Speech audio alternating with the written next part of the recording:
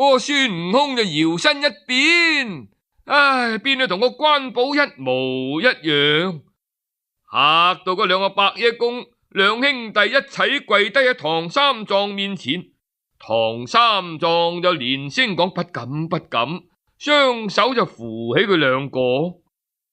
嗰個陳清就話：呢位長老真係神通咯，佢一變就變做我孩兒一模一樣，老漢點受得起啊？長老請你現翻本相咯。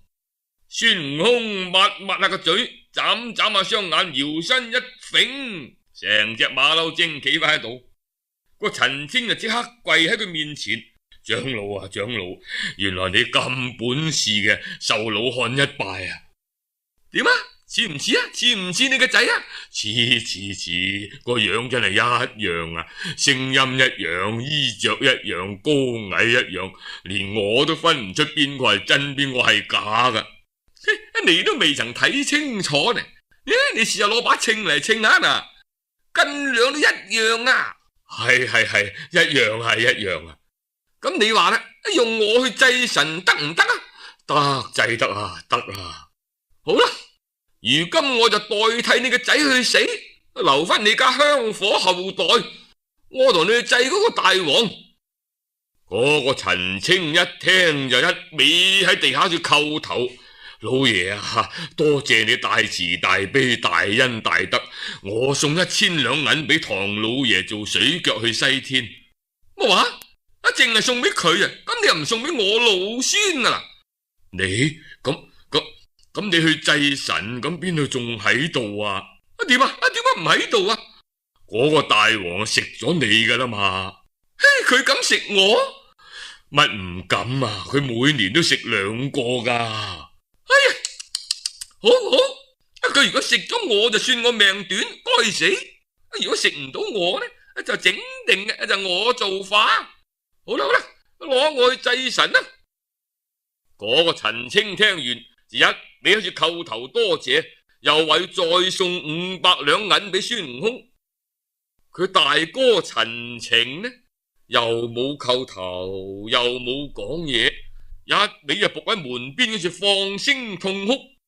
孫悟空心知啦，就行埋佢身邊：喂，老大，你匿埋喺度喊做乜嘢啊？你梗係唔捨得個女係嘛？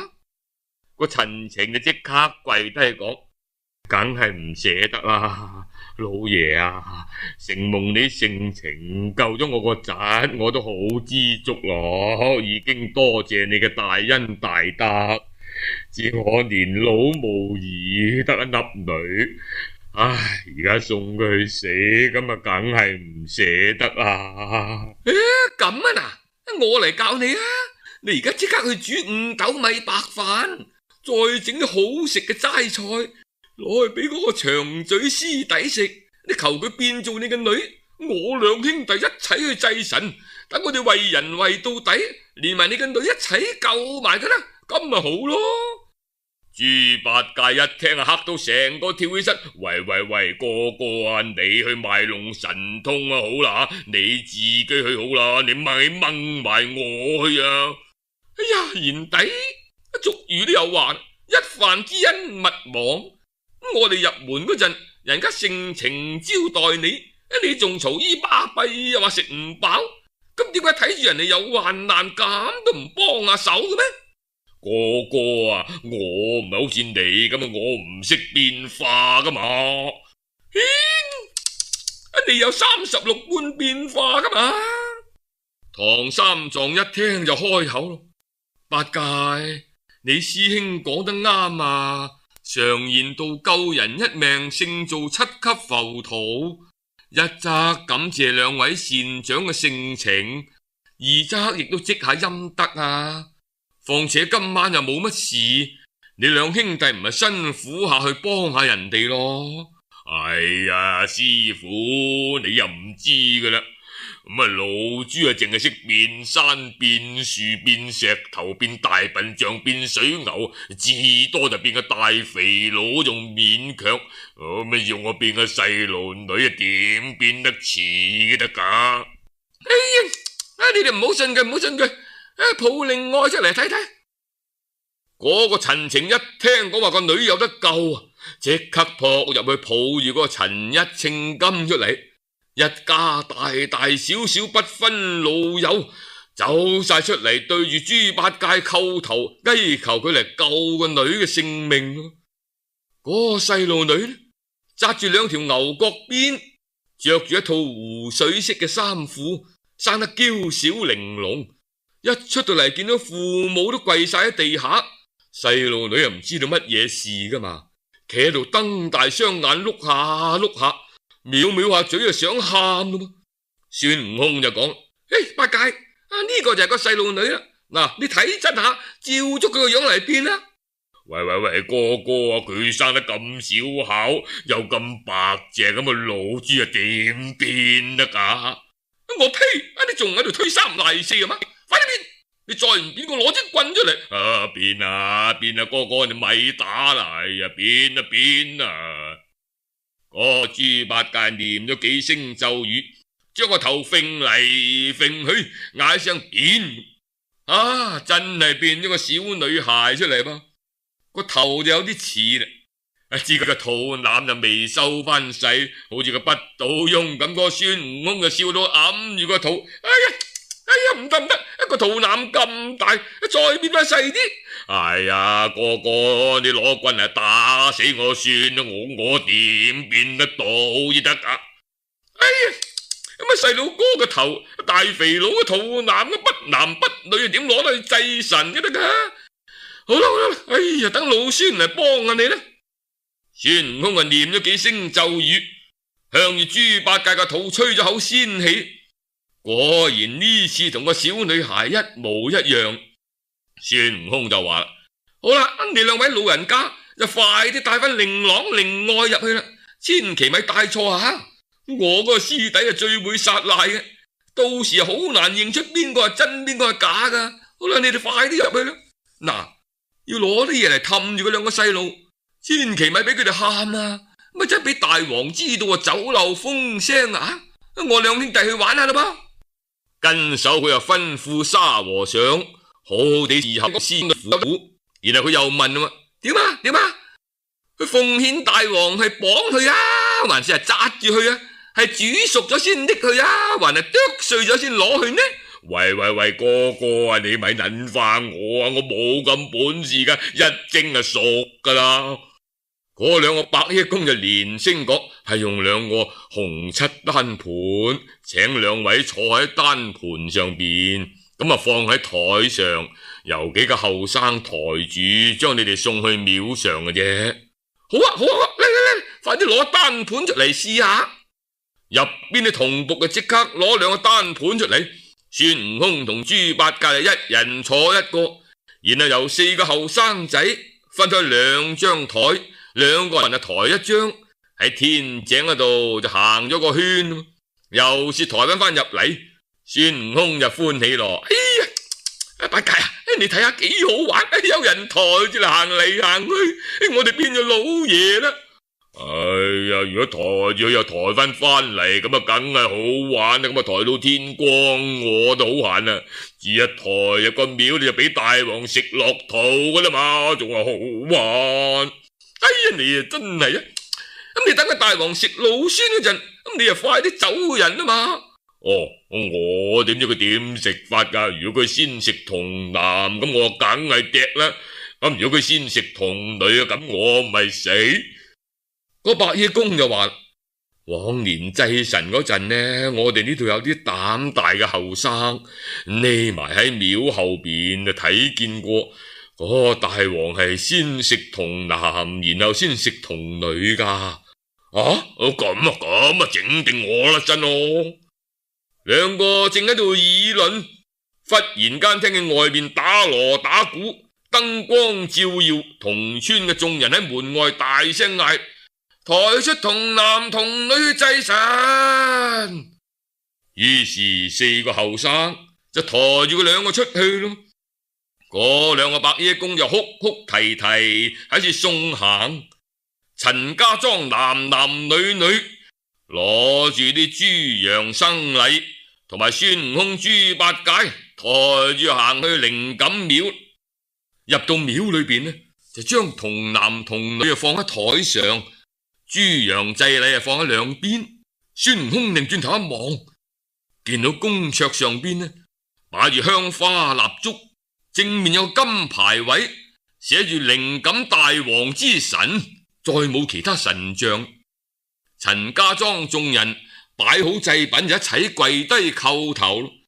大王爺爺，今年今月今時今日，陳家莊祭主陳情等眾人年甲不齊，謹遵年例，恭獻童男一名陳關寶，童女一名陳一稱金，豬羊牛生禮如數，奉上大王享用，保佑風調雨順，五穀豐登。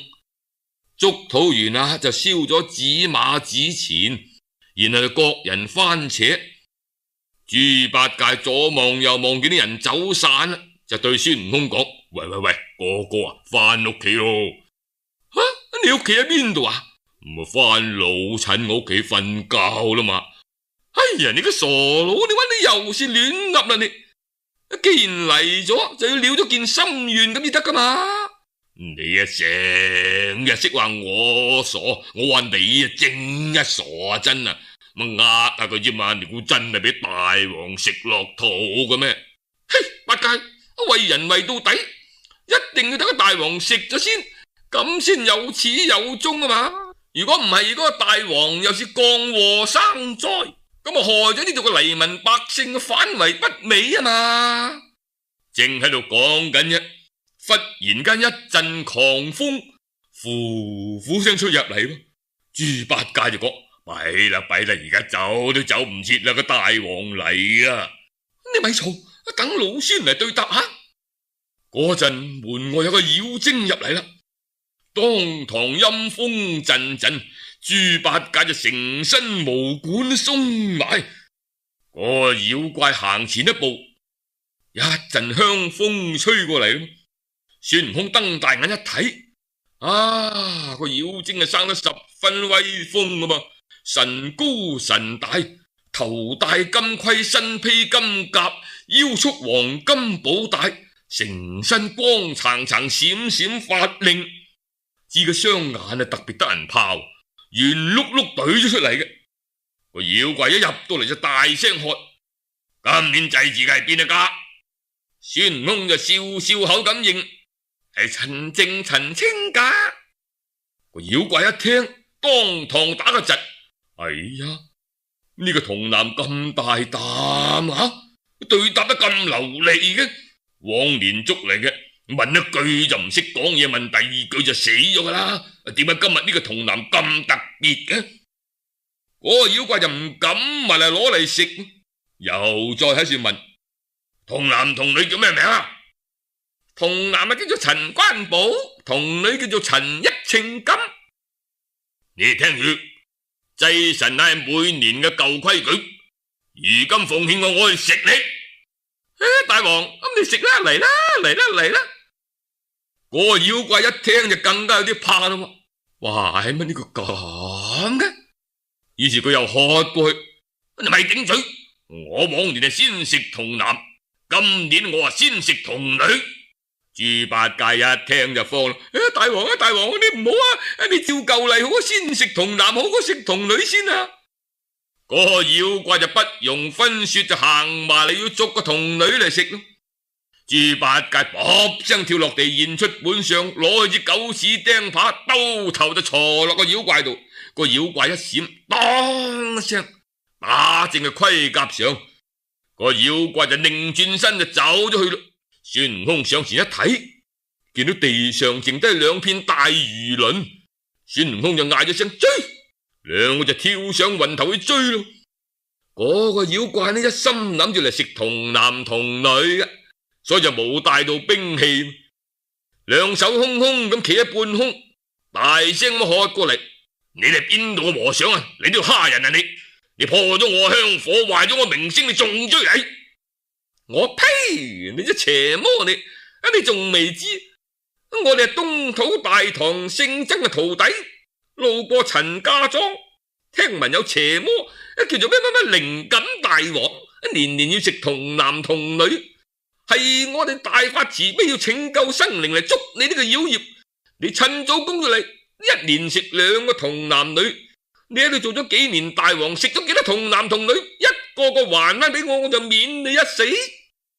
個妖怪一聽啊，擰轉身就走啦。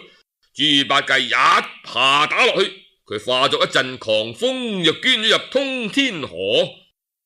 孫悟空就話：嘿，八戒，咪追咪追，呢個妖怪係河中妖物，等聽日先想辦法嚟捉佢，然後送我哋師傅過河。於是佢哋又走翻入靈感廟嗰度，將嗰啲豬羊祭禮連埋台面一齊搬翻去陳家。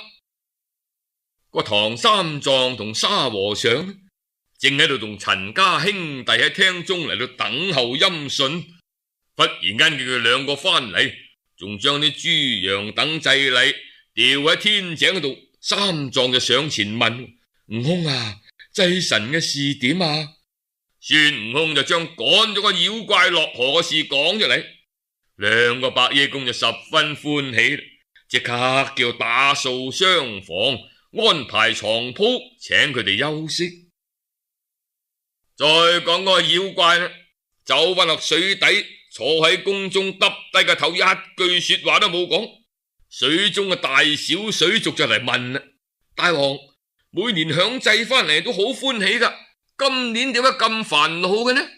唉，往年享用完，仲攞啲翻嚟俾你哋受用，點知今日都未曾食到，時運低啊，撞到個死對頭，俾佢鋤咗一耙，幾乎連命都冇埋添。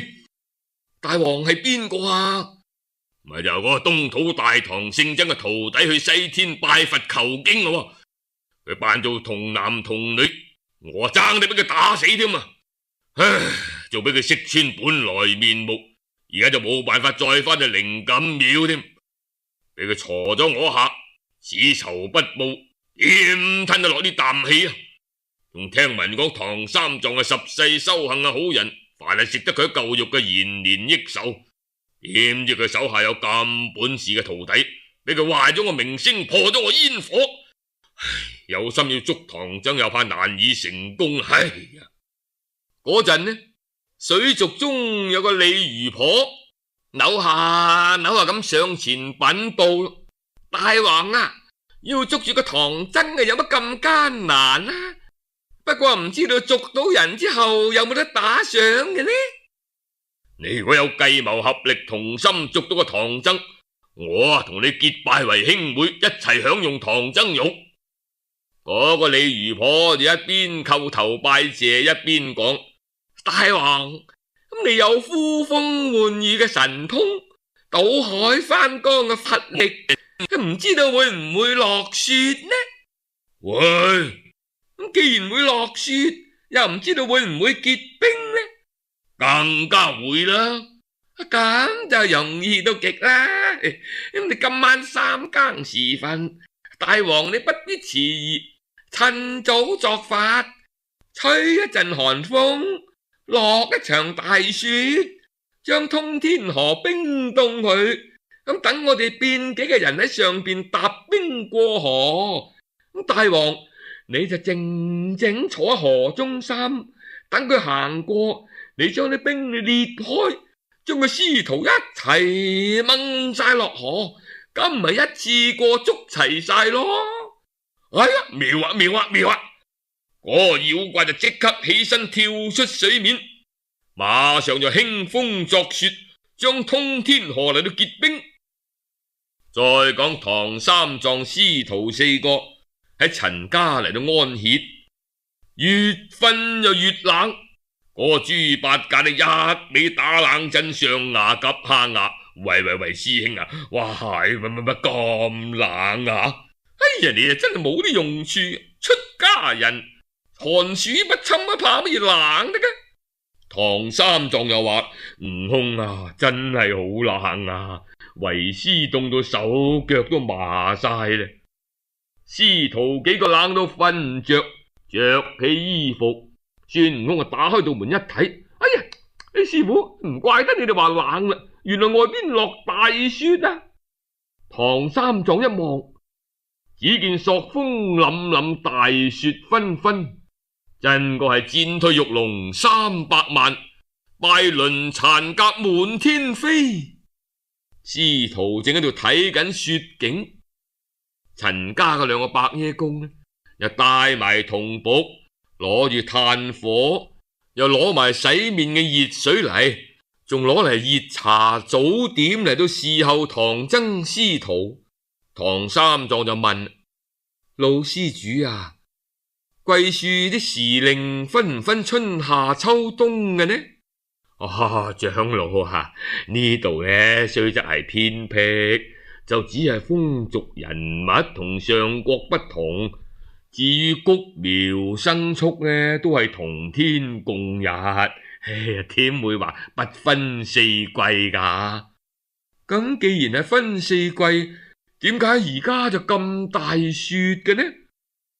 咁而家已交白露，就嚟8月節㗎啦。我哋呢度8月就有霜雪㗎。咁真係同我哋東土不同啦。我哋要過咗冬至先落雪㗎噃。正喺度傾緊，童僕已經安排好台凳，請佢哋食粥食早點。食完之後，外邊嘅雪就更加大啦，地下有2尺幾深。唐三藏一睇，又是心煩意亂，兩眼濕濕。個伯爺公就話：長老啊，你放心，唔好見到落大雪就咁憂慮，舍下都有多少糧米，可以供奉長老各位過世都得。老施主，你唔知道貧僧嘅苦處啊！當年蒙聖恩，皇上親自送我出關，唐王攞住杯酒問我幾時可以返長安，貧僧又唔知道山川險阻，順口就回奏話只要3年就可以取經回國啦。點知依家已經有7、8個年頭咯，仲未曾見到佛面，就怕遺誤咗時間，又怕妖魔兇狠，所以焦慮不安。今日有緣住喺貴府上，昨晚小徒出咗啲少少嘅力，實在係指望求一隻船嚟渡河，點知天又降大雪，道路迷漫，都唔知幾時先過得河，更難望到幾時攻城歸故土啊！長老，你放心，咁耐都係咁行過嚟咯，又點爭在呢幾日呢？過2日天晴，冰化咗，老漢就算傾家蕩產啊，我都想辦法送長老過河。嗰陣呢，又見一個童僕入嚟，請入去裏邊食早齋。唐三藏見啱啱食完冇幾耐，而家台面上又擺滿早齋，仲整得十分講究精緻，佢就過意唔去啦。佢就對嗰個伯爺公講：老施主，既然承蒙老施主見留，咁就家常相待好啦，千祈唔好咁客氣，貧僧不安啊！長老，承蒙你救命大恩，雖則係逐日設宴侍候，都難報於萬一啊！嗰日呢，唐三藏就成日悶悶不安，心煩意亂，喺個房度坐立不寧，一直到挨晚，聽見外邊行人講：好冷啊，連通天河都結晒冰啦！唐三藏一聽就更加急啦，悟空啊，連河都結晒冰啦，我哋點算啊？嗰個伯爺公又講：啱啱落雪啫，梗係挨近河邊嘅淺水地方結冰。嗰啲過路行人就講：唔係啊，800里河面凍到好似一面鏡咁，上面仲有人來往添啊！唐三藏一聽話冰上有人來往，即刻就出去睇下咯。嗰個伯爺公又勸住佢：長老，你唔好咁心急住，今日已經好夜噶啦，聽早再去睇啦。到第日一早，豬八戒就搓下雙手，哎呀，昨晚仲凍得厲害，唔怪得話連河水都結晒冰啦，咁冷噶喎。唐三藏就打開道門對天嚟到朝拜，眾位護教大臣，弟子一向西來虔心拜佛，苦力山村都未曾有過一聲抱怨，如今到此，感得皇天保佑，河水結冰，等弟子過河。弟子如今叩頭拜謝，等取得真經回朝，奉上堂皇，竭誠酬謝。禮拜完啦，就叫沙和尚備馬，想趁住河水結冰嚟過河。個白夜公又勸住佢：長老啊，你唔好咁心急，等過幾日嗰啲冰雪融化啦，老漢一定揾隻船送長老過河嘅。沙和尚就講：哎呀，而家行又唔係，住又唔係，口講無憑，百聞不如一見，不如我拉住馬匹帶師傅去河邊睇過先啦。陳老漢就即刻吩咐，快啲準備6匹好馬嚟。底下呢就即刻拉住6匹馬嚟啦。兩老同埋師徒4個就一齊去到河邊，果然見到冰上有行人。唐三藏就問老施主：嗰啲人喺冰上來來往往去邊度呢？哦，河嗰邊呢係西涼女國，呢啲人都係做買賣嘅，呢邊值100錢嘅貨物，運到嗰邊呢就值1萬。嗰邊值100錢嘅貨物，運到我呢邊呢就值10000錢。嗰啲人就不顧生死，經常都有5、7人一船，10幾人一船咁漂洋過去。如今見到河水結冰，故此係連命都唔要啦，慳翻啲錢行過去。唐三藏一聽就嘆咗口氣：唉，世間事真係為名利最重咯，為咗求利就捨死忘生。弟子奉旨求經，亦不外為是求名嘅，同佢相差幾何呢？好啦好啦，悟空，快啲返施主屋企執拾行李，帶埋馬匹，趁住河水結冰，我哋早奔西方去把啦。孫悟空笑口吟吟啊，好啊好啊好啊。沙和尚又講：師父啊，不如再住幾日，等天晴化凍，搵船過去好啦，恐怕忙中有錯喎。哎呀，悟淨，你又點解咁冇頭腦嘅呢？如果係正2月咁，一日暖過一日，仲可以等佢解凍啊。依家係8月，一日凍過一日，要等到佢解凍，咁咪一誤就誤咗半年嘅行程。豬八戒就跳落馬：哎呀，咪講咁多閒話啦，師父，等老豬嚟試下啲冰有幾厚先啦。講完佢就行埋河邊，舉起9齒釘耙，出力一耙鋤落去，只聽到噔一聲，冰上就只有9個白印。豬八戒手都震到痛埋。哦，師父啊，得啦，連河底都結埋冰噶啦。唐三藏十分歡喜，即刻返陳家執拾好行李。2個白衣公苦苦哀求都留佢唔住，只好安排啲乾糧，又做啲燒餅嚟送俾唐三藏。一家人就跪晒喺度叩頭拜謝佢救命之恩。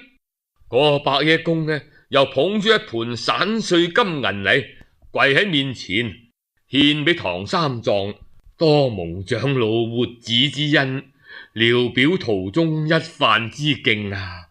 唐三藏一味擺手：哎呀，貧僧係出家人，財帛何用啊？